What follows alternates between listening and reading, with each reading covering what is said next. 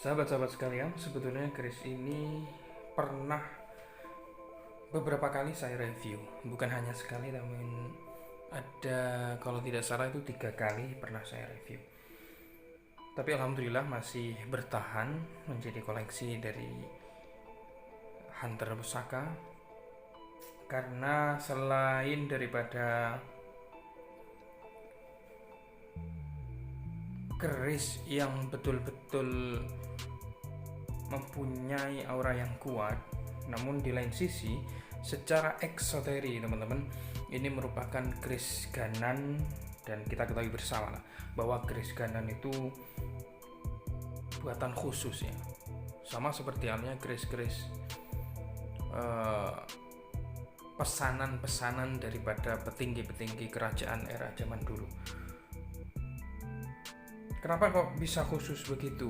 Mungkin itu pertanyaannya. Karena memang strata sosial teman-teman itu tidak sama dengan era-era saat ini. Kalau di zaman dulu, pada era-era kerajaan itu memang betul-betul memperhatikan strata sosial, kedudukan, kejabatan, dan lain-lain. Sehingga kasta di situ ya, hierarki itu betul-betul diperhatikan.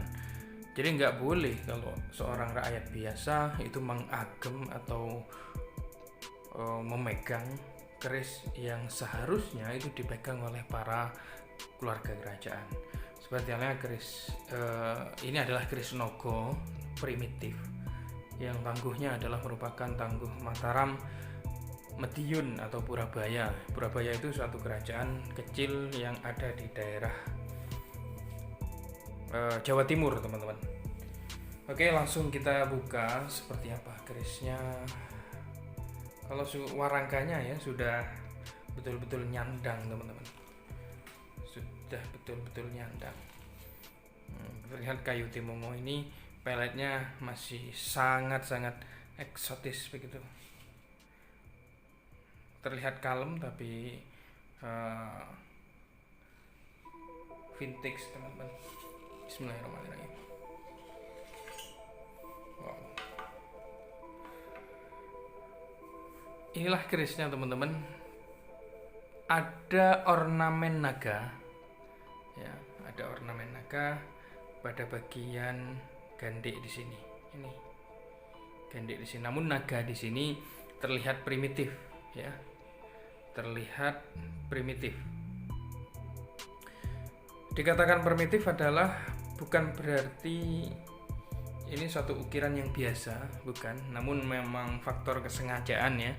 Dan juga secara makna filosofis dan juga sisi pembuatannya memang mutran pada era-era di saat Mojopahit. Nah, ornamen Nogo di sini tampak pada bagian mulut yang menganga dan juga kepala yang tidak begitu jelas teman-teman. Ada beberapa prediksi pendapat di sebagian kalangan pakeris. Ada yang menyebut kenapa pada era Mediun nogo-nogonya itu terkesan primitif. Jadi bentuk aslinya itu kurang begitu jelas gitu. Yang pertama adalah penyebutan bahwa ornamen naga pada era Mediun atau Purabaya ini membawa nuansa Islami. Itu alasannya.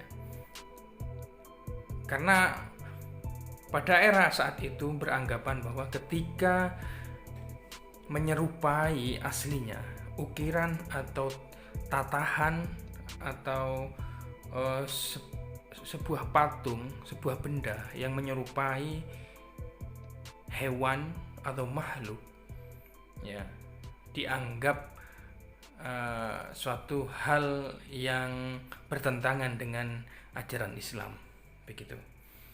Ada juga yang beranggapan yang kedua, yaitu Mediun adalah suatu era yang kurang memperhatikan sisi eksoteri atau eksotismenya, karena terlebih memperhatikan pada sisi esoterinya.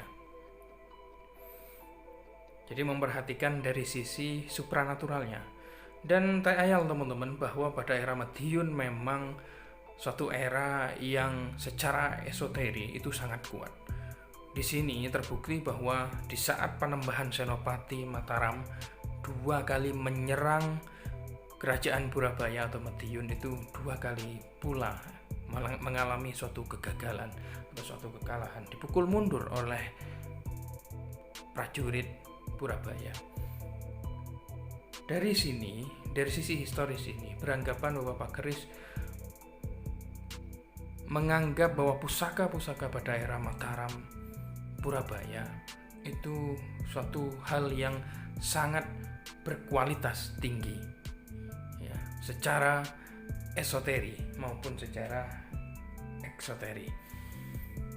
Kalau kita beranggapan, kalau ada yang menganggap bahwa keris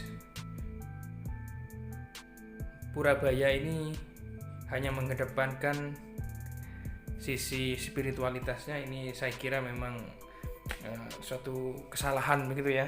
Karena kalau saya melihat ya betapa luasnya daripada keris ini, dan juga dari sisi pamor yang betul-betul ngebior, jadi nggak kelem teman-teman, nggak nyanak. Ini baik dari sisi esoteri maupun dari sisi eksoteri atau seninya, ini betul-betul menjadi suatu peradaban yang sangat besar pada era Burabaya. Teman-teman sekalian, ini adalah pamor yang pada sebagian wilayah yang sudah ada karatnya. Memang sengaja tidak saya minyaki karena saya betul-betul menjaga daripada kualitas besinya. Takut korosif teman-teman, yang takut signifikan korosifnya. Ada pamor tambal dan juga ada pamor merambut atek teman-teman. Nah, di sebagian besar wilayahnya ini pamor merambut atek ya, dan juga ada pamor tambal di sini. Ini seperti bendera. Ini karena warangan lama ya, jadi kurang begitu jelas. Begitu. Pamor tambal memiliki makna filosofis bahwa satu hal kerumitan atau masalah yang besar itu dapat ditambal atau diselesaikan dengan baik. Itu dari sisi filosofis pamor tambal, pamor bendera. Namun kalau dari sisi historis Nogo Siluman ya, dari sisi filosofisnya ini memiliki filosofis yang sangat dalam, yaitu Nogo itu adalah ular besar yang betul-betul dikagumi pada masyarakat Jawa, betul-betul dimaknai sebagai hewan yang mendatangkan sebuah keberuntungan, dan siluman itu menghilang secara tiba-tiba. Dan ini memiliki filosofis ketika berhadapan dengan musuh itu dapat mengelabui musuh, dapat menggetarkan musuh, dapat ditakuti oleh musuh. Itu makna dari Nogo Siluman.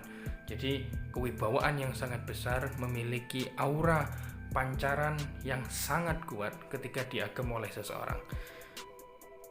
Sahabat-sahabat sekalian, dapur Nogo Siluman Luk 7 berpamor atek merambut tangguh Burabaya sekitar abad ke-17. Terima kasih. Wassalamualaikum warahmatullahi wabarakatuh. Salam budaya.